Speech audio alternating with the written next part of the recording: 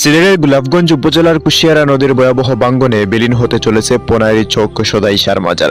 প্রতি বছরই বর্ষা মৌসুমে কুশিয়ারা তার গতিপথ পরিবর্তন করে গ্রাস করেছে বিঘা বিঘা জমি। তবে এবারে ভাঙ্গন কেবল একটা স্থাপনা নয়, বরং আমাদের জাতীয় সীমানা এবং ধর্মীয় বিশ্বাস নিয়ে নতুন করে ভাবনার জন্ম দিচ্ছে।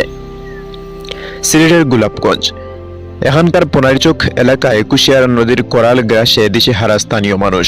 সম্প্রতি নদী গর্ভে তলিয়ে যেতে শুরু করেছে পোনারিচক সদাইশার মাজার। শত বছরের পুরনো এই স্থাপনাটি এখন অস্তিত্ব সংকটে। নদীর এই অব্যাহত ভাঙ্গন কেবল গড়বাড়ে বিলীন করছে না, বরং বাংলাদেশের ভৌগোলিক মানচিত্রকে ছোট করে দিচ্ছে। 1 ইঞ্চি জমিও নদীগর্ভে হারিয়ে যাওয়া মানে দেশের সার্বভৌমত্ব ও সীমানার উপর আঘাত।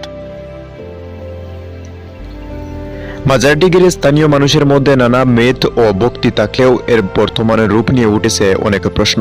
ইসলামের মূল বিধান অনুযায়ী রাসূল সাল্লাল্লাহু আলাইহি ওয়াসাল্লামের সুন্নাহ মোতাবেক কবরের ওপর কোনো প্রকার সাজসজ্জা বা দালান নির্মাণের বিধান নেই, অথচ এই মাজারটি মানুষের তৈরি আলোকসজ্জা আর চাকচিক্যে ভরপুর। অনেকের মতে আধ্যাত্মিকতার চেয়ে এটি এখন অর্থ উপার্জনের একটি মাধ্যমে পরিণত হয়েছে। মাজারের এই ভাঙ্গন একটি দৃঢ় সত্য আমাদের সামনে তুলে ধরেছে, আর তা হচ্ছে মৃত মানুষের কোনো অতি প্রকৃত ক্ষমতা নেই। যদি মাজারের অধিবাসীর কোনো অলৌকিক ক্ষমতা থাকতো, তবে সর্বাগ্রে নিজের শেষ শয়নস্থলটিকে নদী ভাঙ্গন থেকে রক্ষা করতেন। প্রকৃতির এই অমোঘ নিয়ম প্রমাণ করে সব ক্ষমতার উৎস কেবল একমাত্র আল্লাহ। মৃত ব্যক্তিরা নিজেদের রক্ষার ক্ষমতাও রাখেন না। পোনারিচক সদাইশার মাজারের পতন আজ এক বিরাট শিক্ষা।